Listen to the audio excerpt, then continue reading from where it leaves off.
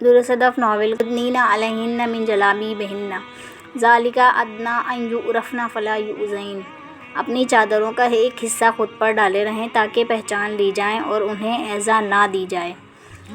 Glasgow university रंग बिरंगे शहर के दरमियान एक सब्ज़े में घिरा जन्नत का टुकड़ा लगती थी। ऊपर से देखा जाए तो रंग बिरंगी इमारतों वाले शहर के शुमाली जानिब एक सब्ज़े में घिरा ऊंचा किला खड़ा था।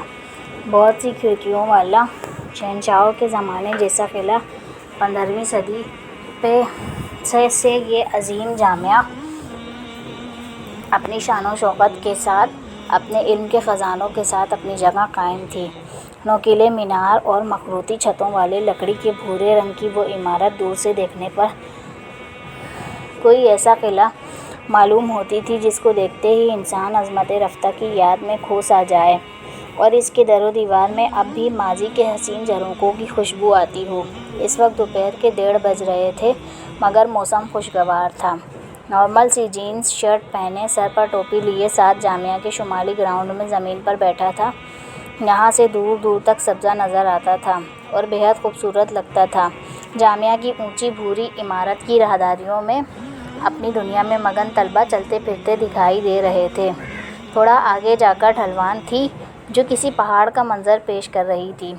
इल्म हासिल करने के लिए किए सफ़र करने की इसीलिए अहमियत है। शायद माहौल बदलने से जहन खुलता है और इंसान बहुत सी बातें अपने अंदर जज़्ब करने के काबिल हो जाता है। मुझे पता है क्या हुआ। अरीश आइसक्रीम के कप्स पकड़े इसके अक़ब में बैठा। नहीं, अपनी और कुदरत की गुफ्तगू में मुक़ल होने से वो ज़रा डिस्टर्ब हुआ था। ज़ाहिर है मैं बताऊँगा तो पता चलेगा ना। अरीश अपनी मस्ती में मगन था। क्या हुआ? जब उसे पता चल गया कि अब अरीश ना खुद चुप होगा ना उसे चुप होने देगा, तो वो इसकी तरफ मुतवज्जा हुआ। वो जो तेरे डिपार्टमेंट में लड़की है ना, क्या नाम बता रही थी अपना? इसने थोड़ी पर उंगली रखकर नाम सोचा। हाँ, एंजेलिना। इसने हमें कॉफ़ी में बुलाया है। किसे? साद ने अबरू उठाई।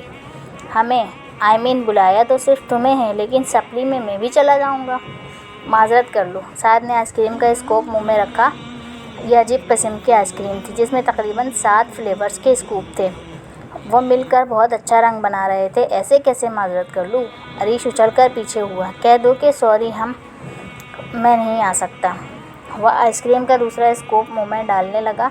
इन स्कूप्स ने एक दूसरे में खोकर अपनी पहचान खो दी थी। कह दो अरीश, वी आर मुस्लिम्स।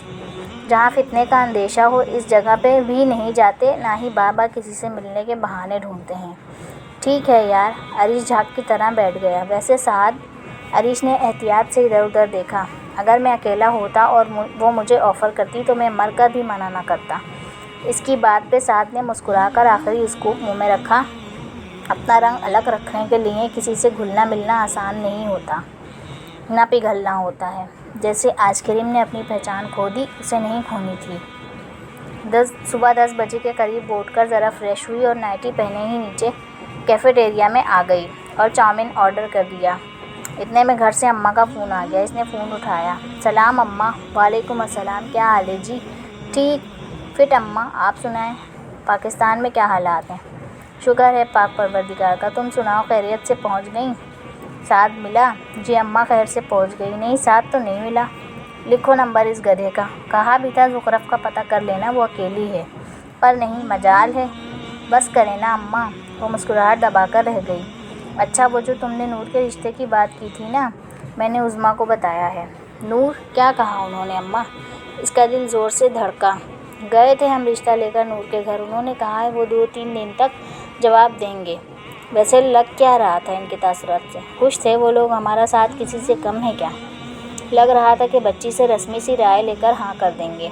आमीन, दिल से कहकर इसने चंद रस्मी कलमात कहे और फ़ोन बंद करके सीधा नूर को मिलाया।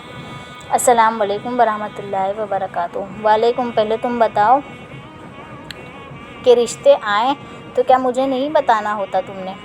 ज़ुखरफ ज़रा सी खफा हुई। गलती तुम्हारी। अपने कज़न का रिश्ता भेजने से पहले तुम्हें मुझे बताना चाहिए था। दूसरी तरफ नूर ने सारा मलबा इस पर डाल दिया। हाँ भाई, सही है, सब मेरी गलती, मान लिया। अपडेट बताओ। अम्मी ने फ़ोन करके हाँ कर दी है, ग़ालिबन कुछ दिनों में निकाह की तारीख़। वाट? ज़ुखरफ एक्साइटमेंट में इतना ज़ोर से बोली कि इर्द गिर्द के लोग देखने लगे। سوری اس نے فون ہٹا کر مسکرا کر معذرت کی۔ ہاں تو شکر ہے اللہ کا، نور نارمل تھی۔ مبارک ہو یار، بس ایک بار تمہاری شادی ہو، مزہ آئے سچی۔ چلو ٹھہر کر بات کرتی ہوں۔ اس نے فون رکھ دیا۔ دل کی کیفیت کو بدقت دبائے وہ در حقیقت اس شادی سے بہت خوش تھی۔ اگلے دو دن تک وہ صرف شہر گھوم کر تفریح کرتی رہی۔ ایک بار جامعہ بھی گئی مگر گھوم کر واپس آ گئی۔ اسے قرآن میں پی ایچ ڈی نہیں کرنی تھی، کسی اور سبجیکٹ اسکوپ آنے میں ابھی 1 مہینہ تھا، سو وہ ابھی بالکل فارغ تھی۔ گلاسکو شہر کا کوئی کونا ایسا نہ تھا جو اس نے نہ دیکھا ہو، مگر دل بھرتا ہی نہیں تھا۔ اماں کے کہنے پہ ساتھ بمشکل 10 منٹ اس کے پاس آیا اور پھر حال احوال پوچھ کر چلا گیا۔